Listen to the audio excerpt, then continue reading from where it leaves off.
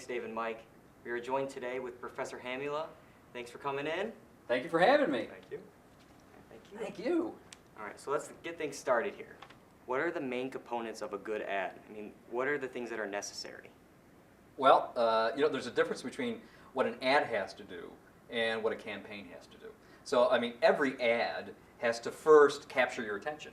So it's got to have some stopping power. So if all ads have to have, get your attention, create interest, credibility, desire for whatever it is we're trying to sell, and then some sort of call to action. So that's what every ad should have. Can you take us through the process from conception of an ad to its airing? So a client will come to an agency and say that they have a problem, and they will create some goals that they want the agency to achieve. To achieve those goals, they have to go out and do research on the problem, on the target audience, the competition, create a roadmap for the creative people to use to come up with what we call the big idea on how to solve the problem, and eventually and typically TV commercials are part of the execution of that big idea to achieve the client's goals. But how do the bad ones get on? How do they get through that whole process? Well, we can't be too subjective all the time. What is a bad ad to you may be effective. For example, most people call mail advertising junk mail. Bottom line is, it works. There's enough people that respond. So now, what was your favorite and least favorite ads from the Super Bowl this year, and why? I'm a marketing kind of geek, advertising geek, so I like good advertising from a client's point of view. Advertising, I think it's going to work, that's going to achieve the client's goals. So I like the Toyota Camry ad. It was simple. It had a singular message that it was trying to communicate to the audience. I thought it was attention-getting. I think it delivered for the client. Ads like the Jerry Seinfeld, the Ferris Bueller spoof of Day Off, those were entertaining.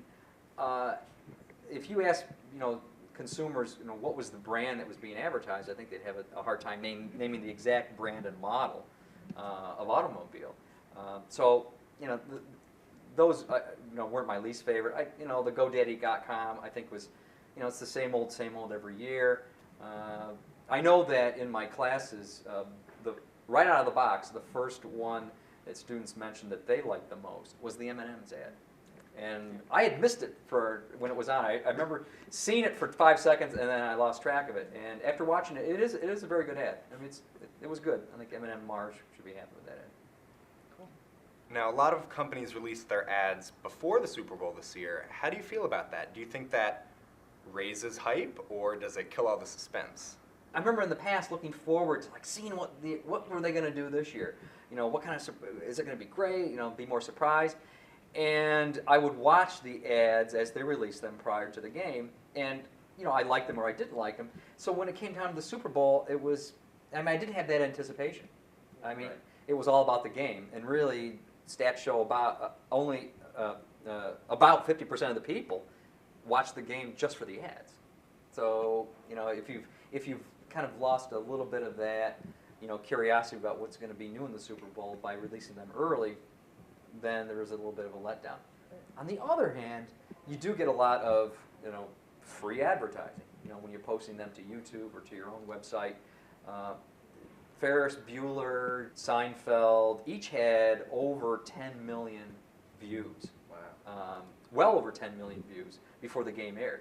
So that's somebody sitting at their computer or on their mobile device watching a commercial, attentively watching that in a way that you may not get with a bunch of people yelling and screaming around a big screen TV. So there's pluses and minuses. Yeah. So we noticed during the Super Bowl that there was a lot of beer ads for Budweiser. Is there a reason behind that? Budweiser is typically the one that buys the most advertisements in the Super Bowl. They usually get upwards of 6 minutes. And because that they buy so much advertising, 6 minutes, they're able to lock out all other beer categories. There's more than one car, in the Super Bowl. There's lots of cars, so nobody has a lock on that. But Budweiser locks out all the other competitors. An interesting fact about the Super Bowl is there's a difference between being the official sponsor of the Super Bowl, the official beer of the Super Bowl, the official car, the official sports drink of the Super Bowl, and being in the Super Bowl with advertising. NBC, for example, whoever, this year it was NBC. NBC has the broadcast rights. They decide who gets to advertise in the Super Bowl. So for many years, up until about this year, the official beer of the Super Bowl was actually Coors. But you'd never see a Coors ad in the Super Bowl because Budweiser had the lock with the network to just air Budweiser ads. But Budweiser could never show, the Super Bowl logo or anything, or the NFL logo. Only Coors could. But Coors couldn't take advantage of that during the actual game. Wow. Yeah. What happens if the game runs short or long? Would commercials get skipped or replayed? And would companies get their money back if their ad wasn't played? If the game runs short, they can place commercials in the post-game, or they can do make good and other programs to make up the rating points that they were being guaranteed. It's the same thing if, what if a Super Bowl isn't as popular as they thought it would be, and you buy a certain number of guaranteed rating points in that Super Bowl, and if you don't reach what the network guaranteed you, they will run your commercial in other shows that you approve, during the next week or whatever period of time you agree to. Cool. Now, when's the best time to advertise during the actual game? It can vary. Typically, you want to be in the first half because you never know what's going to happen in the second half. I mean, if it's a blowout, then people start to leave, and then your rating points aren't going to be as high, and you're going to have to rely on rating points during the rest of the week. This game was great. I mean, it was high ratings all the way through it. We had approximately 111 million viewers last year. We're at 111.3. I'm not sure what their standard error is. It's pretty close, but they're still saying that we had more viewers this year than last year. So you never know when it's going to be the best time to be on. I mean, not this year was any time. Yeah. All right, so for product placement, do companies contact the show, or does a show contact the company and write it in? How does that work? Product placement can be great or it can be terrible. Terrible is when it becomes a distraction, to the program that you're watching. It's great when it enhances the program that you're watching and makes it better. And there's different types of product placement. There is your typical, the product is there in the shot. That's the least of them. The next level up would be maybe having the actors interact with the product, like pick the product up. Third most valuable would be to have the players say the product name. And then fourth, I would say, what I would consider the ultimate product placement is what we call brand integration, where the brand is written into the story. It's not just said by chance, it's actually written into the story. It's an important component in the subject of the story of that particular episode. And so do the costs go up each level? Absolutely. Sure. And are there any creative examples of shows that you know of that have pulled off product placement successfully? The Office. I think The Office has a lot of good product placement where I think it enhances the show. There's a lot of Wegmans products there, WPOP, for example, their soda or pop.